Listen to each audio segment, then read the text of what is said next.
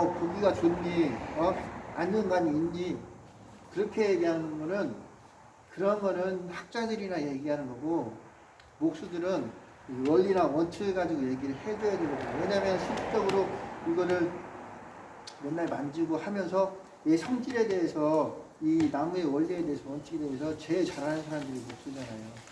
다시. 하나, 둘, 셋, 넷. 구독과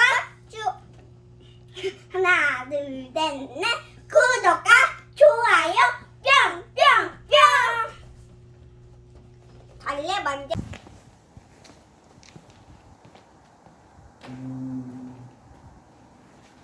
지금 빗 자르는 거, 빗 자르는 거에 대해서 좀 말씀드리려고 하는데, 얘가 이제 빗 자르는 이유는, 예전에 제가 이제 그 처음에 이제 일을 이제 시작한 지 얼마 안 됐을 때 같이 일했던 목수 하나가 이 부분에 대해서 설명을 해주더라고요. 요게 이제 바로 이렇게 직절하지 않고 약간 이제 빗 자르는 이유는 이제 석가래가 이렇게 경사지게 걸리게 되면 요 위에 밑에서 봤을 때 이 전면으로 보인다 이거예요. 동그랗게 전면으로 보이기 때문에 이 부분은 이제 빗 자르는 거라고 이제 설명을 해주더라고요. 나중에 보니까 이제 어처구니 없는 얘기다 그게. 목수들은 참 그렇게 얘기하는 게 참 창피하고 쪽팔린 거예요. 참 창피한 부분인데, 왜 이 얘기를 하냐면 지금도 그렇게 얘기하는 목수들이 있어요. 이 부분에 대해서 이제 밑에서 봤을 때 뭐 이렇게 동그랗게 보인다는 식으로 얘기하는 목수들이 많아요. 참 창피한 거예요. 쪽팔리고. 목수는 나무의 성질이라든가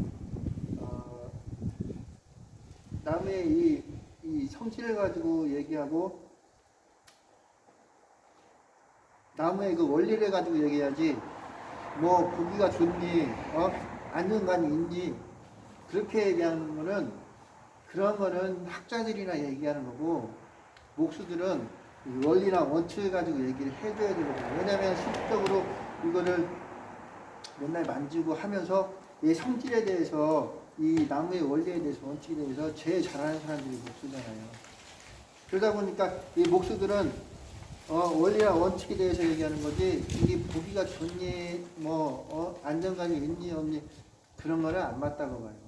그거는 학자들, 학문을 하는 사람들, 그런 사람들이나 하는 얘기고, 이게 이제 빗 자르는 이유가, 이제, 빗 자르는 이유에 대해서 말씀을 드리면, 이게 이제, 일단 이제, 이 결론부터 말씀드리면, 이 절단면, 이 절단면, 단면을 넓게 하기 위한 방법이에요. 이 단면은 넓게 하는 이유는, 이 나무는 이 습이 많으면은 습을 빨아들여요. 그리고 습이 대기가 건조하면 습을 내뿜고, 수축 팽창을 계속 하거든요. 그러면 이 나무의 이 최대 적은 습인데, 습을 얘가 빨아들였을 때 제일 중요한 건 습을 빨리 배출하는 게 굉장히 중요해요. 그게 이 나무의 이 생명하고도 직결되어 있는 거예요.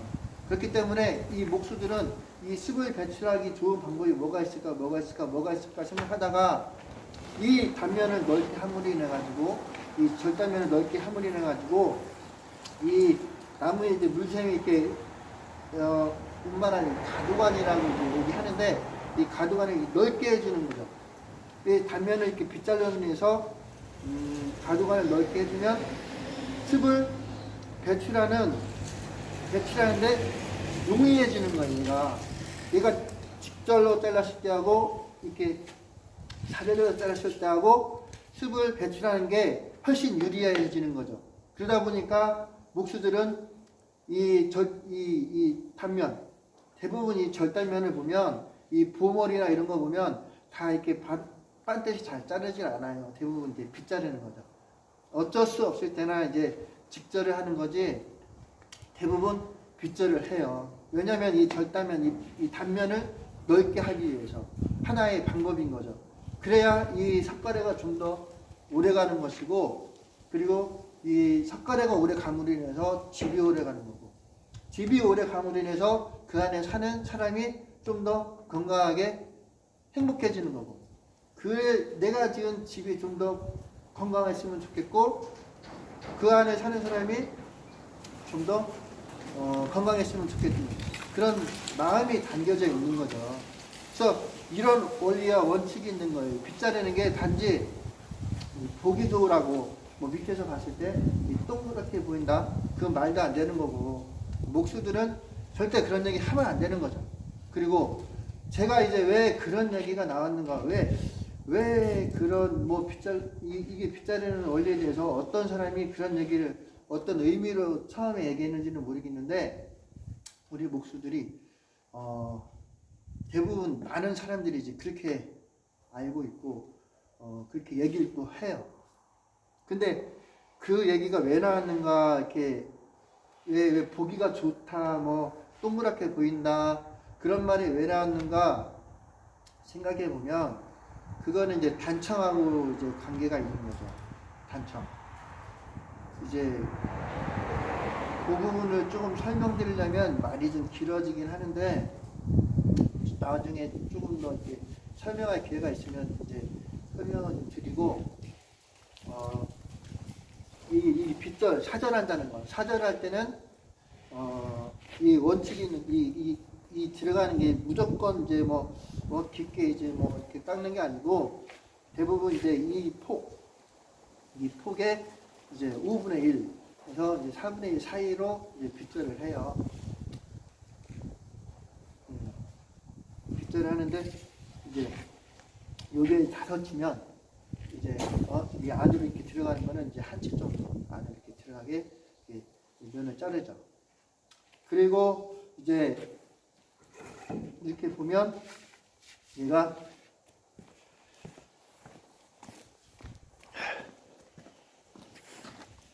이렇게 보면은 이제 밑에를 이제 훑어주거든요. 훑어주는 게 이제 우리 전통 건축에서는 이제 소매거지 기법이라고 얘기하죠. 소매거지. 이 한복의 이제 소매 부분을 이제 소매 부분이 이제 이게 훑어져 있잖아요.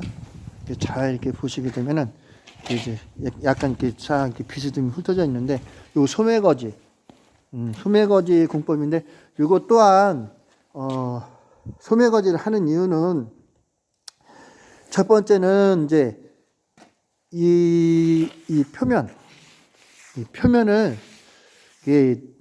넓게 하기 위한 이제 하나의 방법이고, 두 번째는 요 부분을 이제 이 부분을 밑에를 이제 한 5분 정도 깎아주는 건데, 훑어주는 건데, 밑에 부분을 이제 깎아줌으로 인해 가지고 이제 그 수위 좀 맺히는 거, 이런 부분을 좀 제거해주는 이제 그런 역할도 있고, 이제 첫 번째는 이 표면을 넓게 하기 위한 방법이에요. 이게 이제 이 석가래뿐만 아니고 이런 방법이 전통 건축에서는 많이 들어가 있죠.